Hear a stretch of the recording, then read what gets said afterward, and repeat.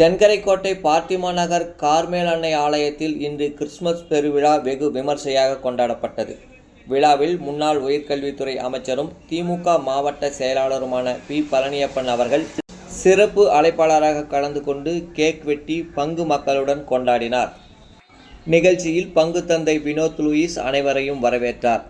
ஒன்றிய செயலாளர் நெப்போலியன், ஒன்றிய அவைத்தலைவர் வேடியப்பன், தாளை பாண்டியன், ஐட்டிங் வேலு உள்ளிட்ட ஏராளமானோர் பங்கேற்றனர். கிறிஸ்துமஸ் பெருவிழாவுடைய அடையாளமை பகிர்ந்து கொள்வது, தன்னிடம் இருப்பதை பிறரோடு பகிர்ந்து கொள்வது. இயேசு பிரானுடைய ஆசையோடு நீங்கள் நீண்ட ஆயுளை பெற்று நல்ல குழந்தைகள் எல்லாம் மென்மேலும் நல்ல படித்து கல்வி பெற வேண்டும்.